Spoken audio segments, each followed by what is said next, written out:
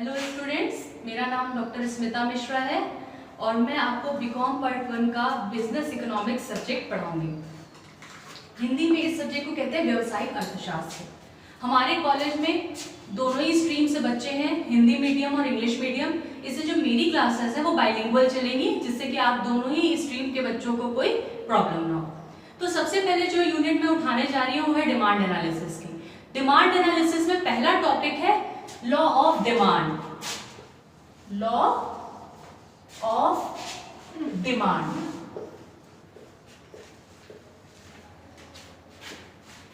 अब law of demand क्या है, इस टर्म को समझने के लिए सबसे पहले हमें क्या समझना होगा कि डिमांड क्या है। डिमांड को हिंदी में बोलते हैं मांग, मतलब मांग हम किसे कहते हैं। मांग जो है, देखिए डिमांड क्या है। अगर हमें ये कहें कि मुझे, जैसे मैं कॉलेज आती हूँ, अगर मैं कहूँ कि मुझे एक बढ़िया 4 व्हीलर चाहिए, कॉलेज आने के लिए ऑडी चाहिए, तो क्या ये डिमांड है?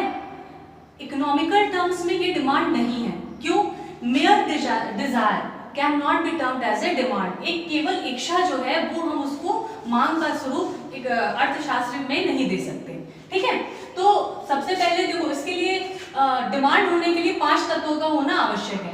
पहला, desire to have a thing, desire to have a thing, मतलब किसी वस्तु को प्राप्त करने की इच्छा। दूसरा है, अब हमारे पास डिजायर तो हो गई, ऑडी चाहिए, लेकिन क्या उसको खरीदने के लिए हमारे पास 50 लाख रुपए हैं, 40-50 लाख रुपए। तो सबसे पहले आपके पास क्या मीन्स अवेलेबल है? मीन्स मतलब कि पैसा। तो means available to purchase that thing। ठीक है, अब थर्ड है, ठीक है हमारे पास 40-50 लाख रुपए भी है, लेकिन क्या हम उसको खर्च करने के लिए तैयार हैं? क्योंकि हो सकता है 40-50 लाख जो हमारी पूंजी है, पूरी हमारे पास जमा पूंजी है, क्या हम एक गाड़ी के लिए लगाने को तैयार हैं? क्योंकि हमें और भी बहुत सारे खर्चे होते हैं, है ना। मेडिकल के लिए हम लोग बचा के रखते हैं, बच्चों की पढ़ाई के लिए, या बहुत सारे जो आपके खर्चे। तो क्या आप उस पैसे को पूरे को आप वो ऑडी खरीदने के लिए तैयार, लगाने के लिए तैयार हैं? तो तीसरा क्या हुआ? Willingness for the payment. Willingness for the payment, मतलब जो आपके पास साधन या कैश है उसको खर्च करने की आप में तत्परता है कि नहीं। अब चौथा आता है टाइम, मतलब ये जो भी ट्रांजैक्शन है वो पर्टिकुलर टाइम पे होगा और at particular price and place. ठीक है, तो किसी भी चीज अपने हमारे अर्थशास्त्र में किसी भी चीज के मांग के होने के लिए इन 5 तत्वों का होना आवश्यक है। अदरवाइज ये आपकी जो मांग है वो मतलब अर्थशास्त्र में मांग नहीं कहलाएगी। डिमांड क्या है? ठीक है, लॉ ऑफ डिमांड क्या है कि जब किसी हम कमोडिटी को खरीदते हैं तो देयर आर 2 थिंग्स, 2 चीजें हैं, prices and demand for the commodity. तो लॉ ऑफ डिमांड कहता है कि other things remaining the same, there is always a inverse relationship between the prices and demand of the commodity. मतलब अन्य बातें सामान्य रहने पर किसी भी वस्तु की मांग में और उसकी कीमतों में एक विपरीत संबंध होता है। आप इससे समझ सकते हैं, जैसे सपोज ये प्राइसेस है और ये डिमांड है। अगर आपके प्राइसेस ऊपर जा रहे हैं, जो चीज आज 10 रुपए की थी वो कल को 50 रुपए की मिलने लगी, ठीक है, तो आपकी डिमांड क्या होगी? अगर प्राइसेस ऊपर जाएंगे तो डिमांड आपकी कम हो जाएगी। ठीक है, और अगर प्राइसेस आपके लोअर आ रहे होंगे, प्राइसेस नीचे आ रहे होंगे, तो डिमांड क्या होगी आपकी? अप चली जाएगी। ठीक है, तो लॉ ऑफ डिमांड यही कहता है कि other things remaining the same if prices are high lower the demand and vice versa. मतलब अगर कीमतें बढ़ेंगी तो हमारी डिमांड कम होगी, हमारी मांग कम होगी, और हमारी कीमतें अगर घटेंगी तो हमारी मांग बढ़ेगी। लेकिन एक सबसे इंपॉर्टेंट टर्म्स इसमें क्या आता है इस डेफिनेशन में? Other things remaining the same. Other thing remaining the same. अन्य बातें सामान्य रहने पर। ठीक है, अन्य बातें सामान्य रहने पर इसका क्या मतलब हुआ कि सबसे पहला कि प्राइस ऑफ रिलेटेड कमोडिटीज, है ना, should बी कांस्टेंट।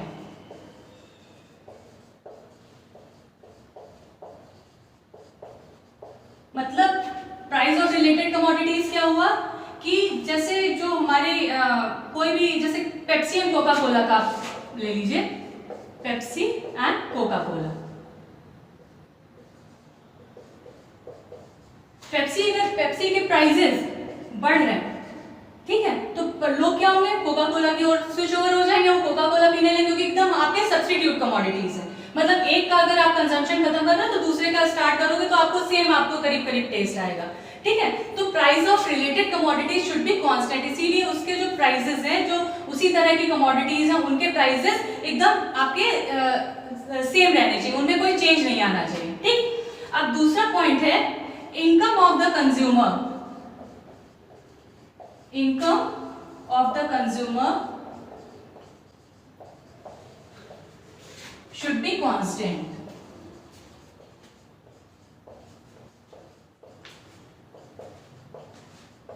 जो किसी भी व्यक्ति की आय है वो एकदम आपकी उतनी स्टेबल रहनी चाहिए, क्योंकि अगर किसी, देखो अगर प्राइसेस बढ़ रहे हैं और अगर उसकी किसी भी व्यक्ति की आय भी बढ़ गई तो क्या उसकी परचेजिंग पावर बढ़ जाएगी, वो प्राइसेस बढ़ने के बावजूद भी वो कमोडिटीज खरीदेगा, ठीक है। तो income of the consumer should be constant. Point है taste and preferences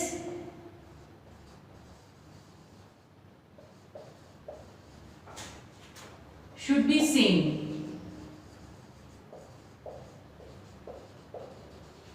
ठीक है, जो कंज्यूमर है उसकी जो रुचि में और उसकी प्रेफरेंसेस में कोई अंतर नहीं आना चाहिए। जैसे जो आज आपको अच्छा लग रहा है, अगर कल आपको अच्छा नहीं लगेगा, तो चाहे उसके प्राइसेस कितने भी लोअर डाउन हो जाए, आप वो परचेज नहीं करोगे, ठीक है। जैसे फैशन है, सपोज जैसे गर्ल्स जानती होंगी आजकल प्लाजो का फैशन है, या जो भी आपके एट प्रेजेंट में जो फैशन चल रहा हो, अगर उसका फैशन चला जाए, वो चीजें 10-10 रुपए में भी मिलने लगे तो कोई नहीं खरीदेगा, ठीक है। तो taste, preferences and fashion weeks में आप लिख सकते हो फैशन शुड बी सेम, ठीक है।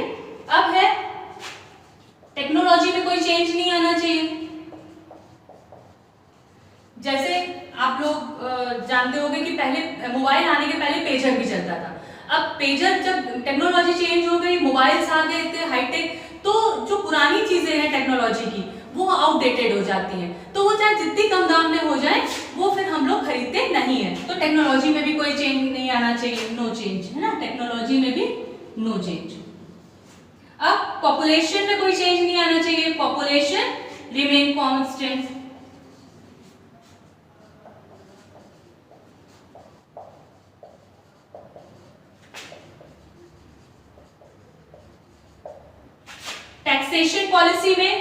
टैक्सेशन पॉलिसी में कोई चेंज नहीं आना चाहिए, no change in taxation policy. तो इन फैक्टर्स को जो है आप एक और चीज कह सकते हो, एजम्पशंस, मान्यताएं। ये जो other things remaining the same है उसको हम मान्यताओं के रूप में भी जानते हैं। मतलब एजम्पशंस मतलब कि अगर ये चीजें, ये पॉइंट्स एप्लीकेबल नहीं हुए तो आपका लॉ ऑफ डिमांड भी एप्लीकेबल नहीं होगा, ठीक है। अगर लॉ ऑफ डिमांड को एप्लीकेबल होना है तो इन सारी चीजों का प्रेजेंट, इन सारे पॉइंट्स का प्रेजेंट होना बहुत जरूरी है, ठीक है। अब हम लॉ ऑफ डिमांड को एक शेड्यूल से समझ सकते हैं, है ना। एक हम डिमांड शेड्यूल बनाएंगे,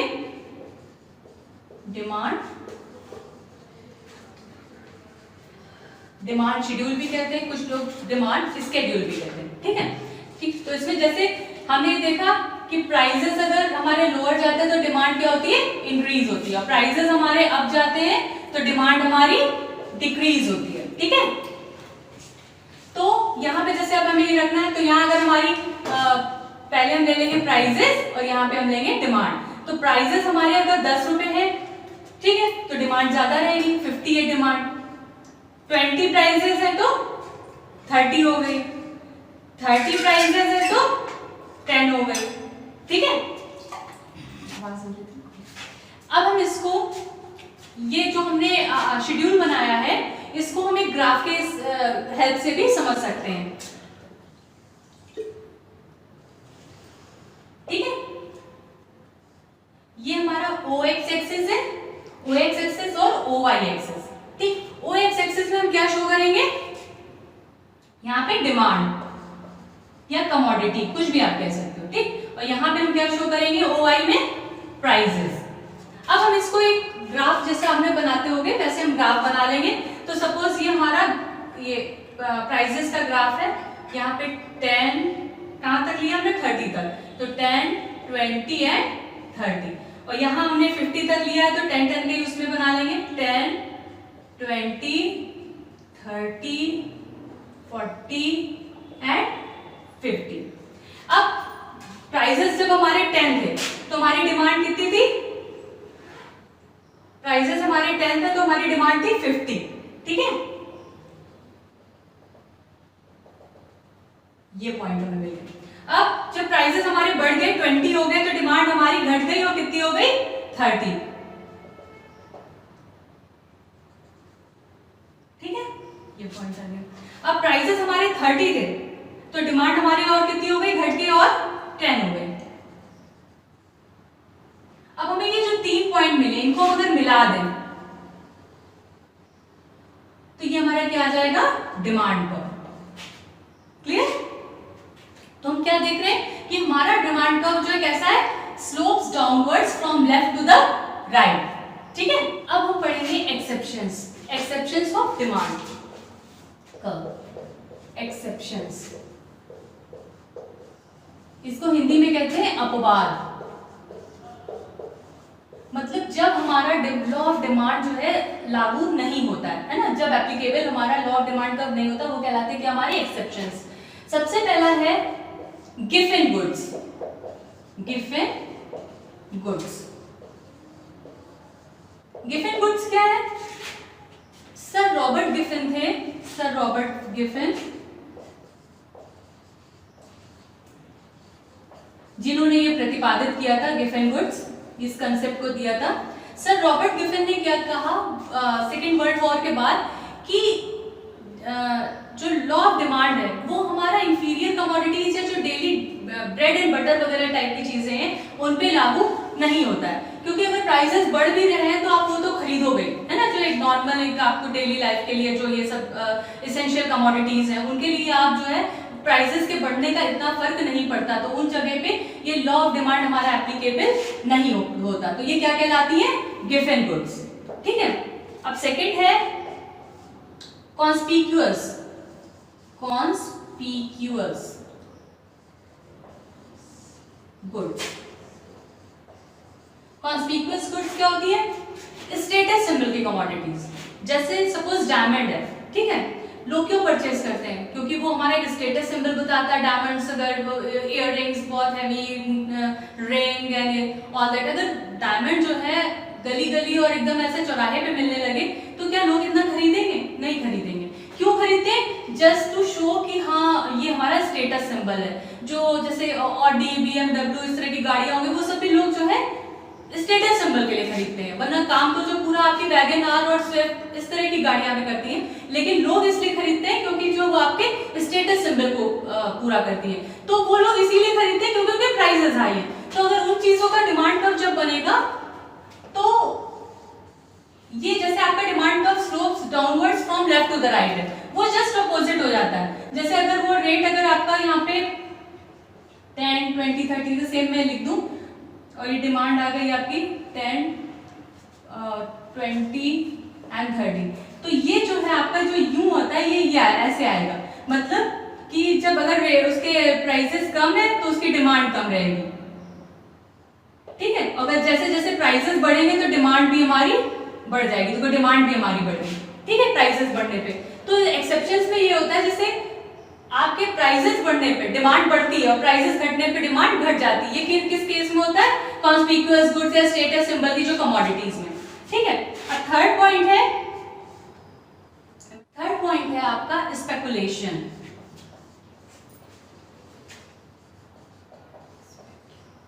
स्पेकुलेशन क्या है कि अगर भविष्य में हमें ये लगे कि इस चीज के दाम बढ़ जाएंगे, तो अगर उसके आज अगर प्राइजेस आज